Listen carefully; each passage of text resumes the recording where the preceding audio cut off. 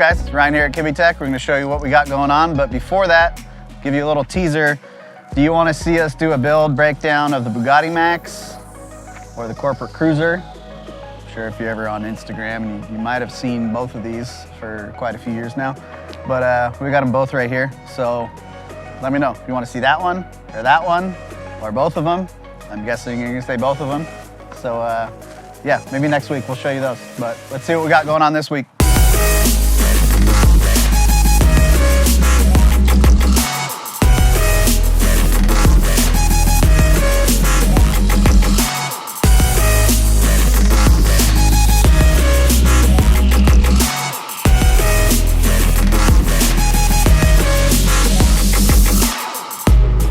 All right, small update on the Tundra. We got all the panels done, all the tabs, all the Zeus tabs are welded, all the panels are bead rolled, edges are all tipped. They're not sanded final yet. We'll do that just right before they go to powder coat. So they'll just look like this for a while. Ended up going with this top filler panel, just cleans it up nice. Side panels kind of keep all the rocks and everything flying in, getting in the radiator. We'll do a panel over the radiator. Just haven't quite figured out how I want to do that one yet. We still got to add water lines and stuff, so I'll probably do the water lines and then do a panel, like a big mesh panel over the radiator, keep rocks and dirt from flying in and, you know, possibly puncturing the radiator. Got a big cover panel right here, which it's pretty necessary because all the hot air with those fans blowing on would just literally blow right on the cell. So that would actually heat up the fuel, believe it or not. So that panel kind of keeps all that heat away, all that direct heat away from the fuel cell, and just covers it all up nicely. Air compressor just turned on. We got little bump pads done. We got limit strap tabs all done. So yeah, the back of this thing is pretty buttoned up, minus bedsides and basically bedsides and plumbing for the fuel and the radiator and stuff. So really like how this thing turned out. We're probably gonna add some inner panels here as well. See from like that angle, you can kind of see this. So we're probably gonna make a panel covers this and then bends in.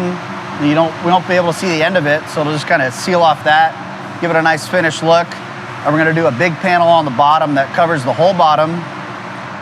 So all the way to here, this will all be covered. You won't be able to see any of the tubes. And then on the front edge, we'll actually roll up the front edge of that tube to protect the front edge of the very front tube that's right behind the rear end. So we'll do like an 1/8 inch one there to kind of protect that whole front edge. Just keep that tube from getting beat up with rocks and stuff like that. But yeah, I spent a lot of time on the aluminum panels on this thing just to get everything, you know, protected right, and, you know, just cleans everything up nice, gives it a nice look too. So like the main purpose of these panels is to protect the chassis and whatever's, you know, behind here. So say we didn't have this panel here, the fuel cell would then be getting most of the roost and all the rocks and dirt and everything from the back tires or even from the front or whatever.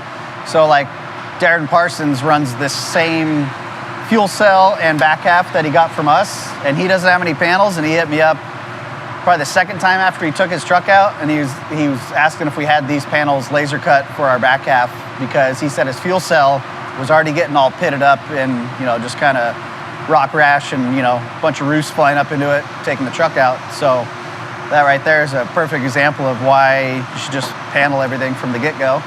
So that's why we do this, because it's a lot easier to replace this panel than to, you know, possibly put a hole in the cell can and then, you know, have to get that fixed. So while yes, they do look good and it gives the truck a nice clean finished off look, it does serves a pretty big purpose.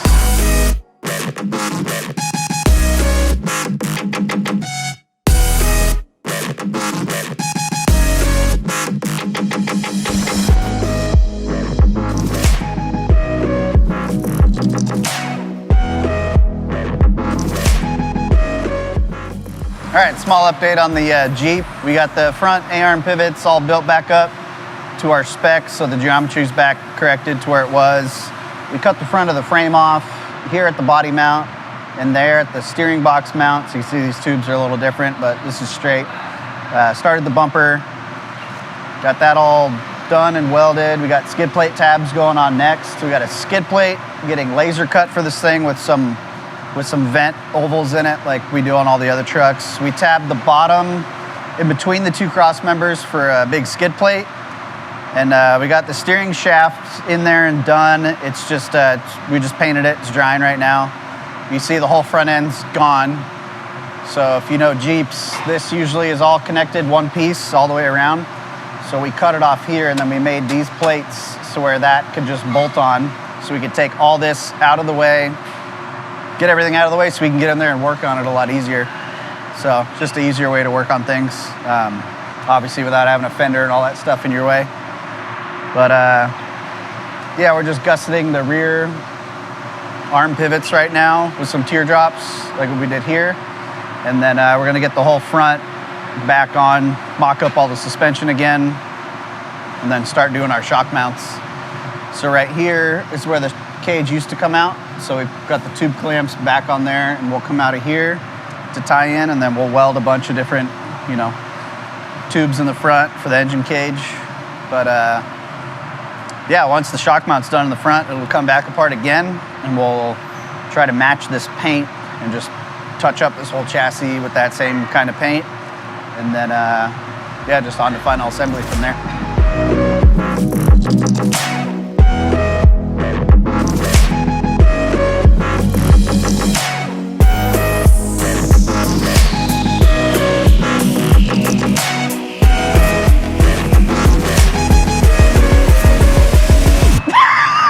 Jesus Christ. You ever gonna throw that away? No, I'm a recycler. That Gatorade bottle is like 1.5 years old. I know. Reduce, reuse, recycle.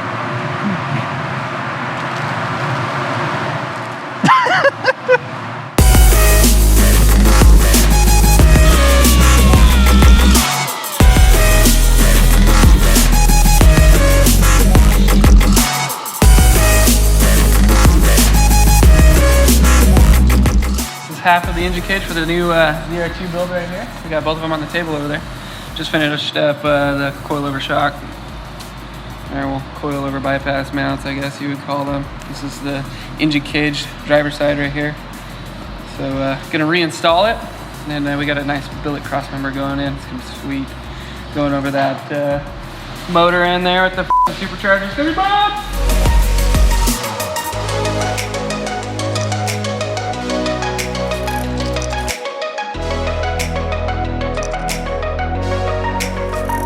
I tacked the driver's side to the engine cage back in, took it out to weld it up.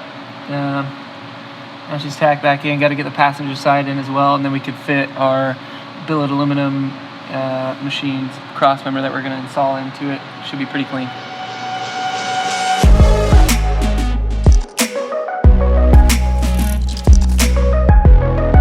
All right, small update on the white ZR2. We got the front shock mounts pretty much done.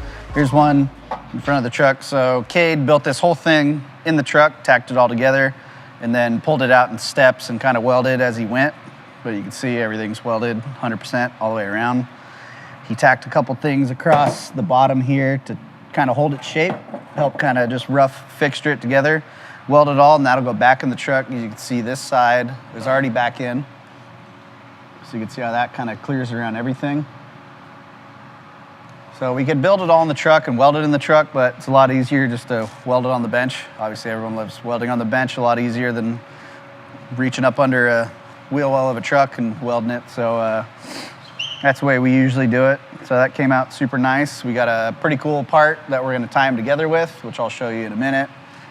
But this thing's pretty close. That's the passenger side there. It's about ready to go back in. And then I'm gonna weld it all to the frame, all the way around. So all these will get welded all the way around, and then we're gonna add some gussets in all the corners.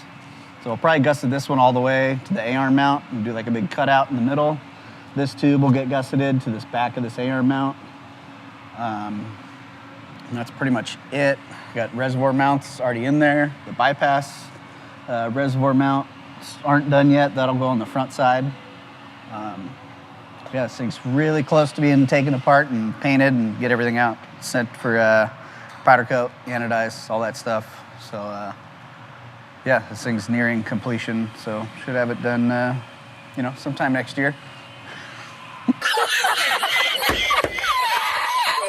Yeah, so we just finished this up for the Colorado. The white ZR2 that we have in the back has the LT4 engine. So this is gonna complement the whole build pretty nice. So this is the part itself. It's all complete. Has our logo engraved in the middle of it. Has a lot of faceted edges. Kind of two-tier shape right here. Some counter bores for the bolts. And then this is kind of jumping into the machining or the cam. And that's basically all the lines that it actually takes to machine it. So these are all tool paths that the mill is actually going to be taking to create and sculpt this out of solid.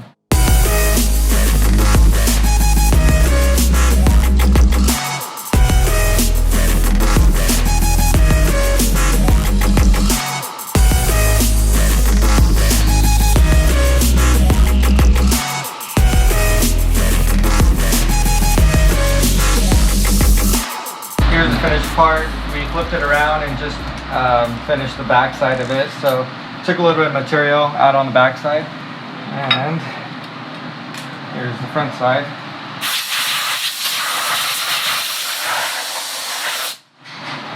So pretty nice. A lot of tool paths. We have some, there's the logo. You kind of see the contrast. Some nice polished surfaces. Some tool paths to do some contrasting.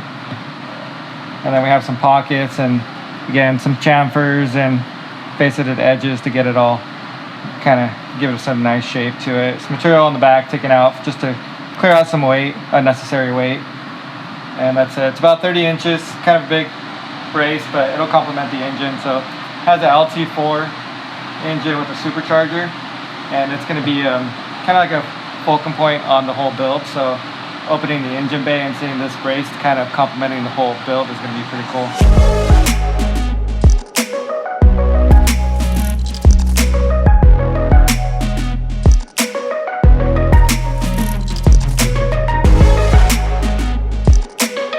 All right, so here's something pretty cool for the engine cage tie-in. Weren't planning on doing this, but we did a nice, machined aluminum crossbar. It'll get tabbed in and bolted in. It'll be somewhere pretty much right there. We'll tab off of the each shock hoop on each side with either some threaded bungs or some plates, and just kind of bolt that in. That'll keep the shock towers from moving around and just add some stability and some strength in there. We were gonna do just like a tube style one that just bolted in, but figured might as well do a nice billet one, kind of follow the theme with the billet upper arms and steering, and then it's got all the billet link parts out back. So this will get coated to match everything else, match the wheels and everything. So just a nice little touch, just to, take it to that next level.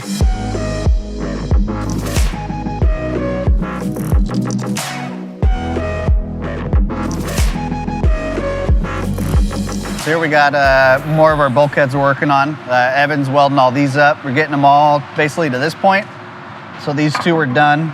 Obviously we didn't weld these yet on both of these because we'll wait till we put the main front plate on and put our spacers in here to get everything lined up where it needs to be, and then we'll go from there and continue welding that. And here's like the rear A-arm mount steering swinger pivot with the Ram Assist double shear. So this, like you see on the Tundra, this is the rear pivot box for the rear pivot of the upper J-arm. And then right here is where the steering swingers will be hanging from here for the steering. So we're getting all these welded up. You see there's 3 more of them on the ground there, all done and burned up. So we're getting all these sub-assemblies done so we can get the next 4 of the bulkheads all welded up 100%. One's going on this truck, another truck outside, and a tube chassis truck that we're working on as well. So yeah, I have another one in there that I'm working on also. We'll show you that one. So here's like the next phase of where those other bulkheads will go to. So this one you can see has the big front plate on it. This is all welded, this is all welded. I didn't weld this rear part yet, because I'll wait till we get it back in the fixture, make sure all this lines up, and then I can finish welding in here.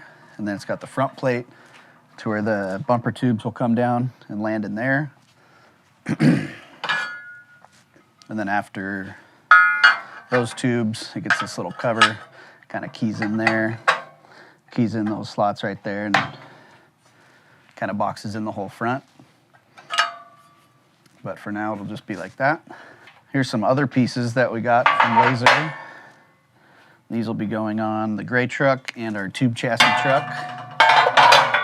So this basically will tie in there. Kind of similar to how the ones on the Tundra were, that come off of here and then go to the outside of the frame.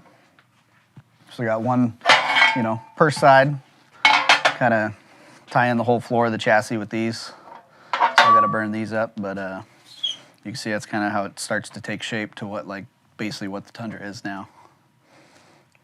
So these should all be burned up here pretty quick, and then start getting them attached to all these trucks. So this right here, this is another part of the bulkhead that we got, another sub-assembly that we got put together.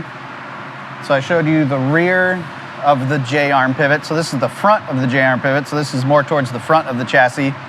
The bulkhead tubes come through here, and the JArm, you know, the Heim joint goes in here, and this ties in the steering box mount as well. So we got all these sub-assemblies put together, and then we'll put them into the main assembly and then make all these sub-assemblies one piece.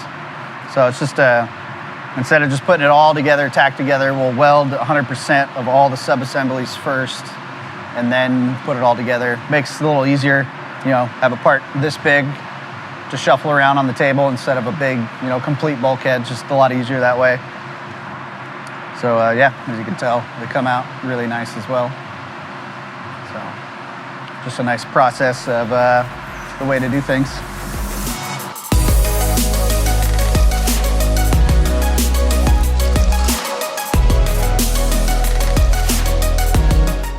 We're having a lot of fun doing these videos, and we thank you all for all the positive feedback that we've been getting. So don't forget to like and subscribe to the page, and we'll keep them coming. Step 1 on how to strap your spare down. Don't put your sweatshirt in it, especially if it's one of these cool new sweatshirts that we have. Oh man, creased it. Don't forget to like and subscribe our YouTube page.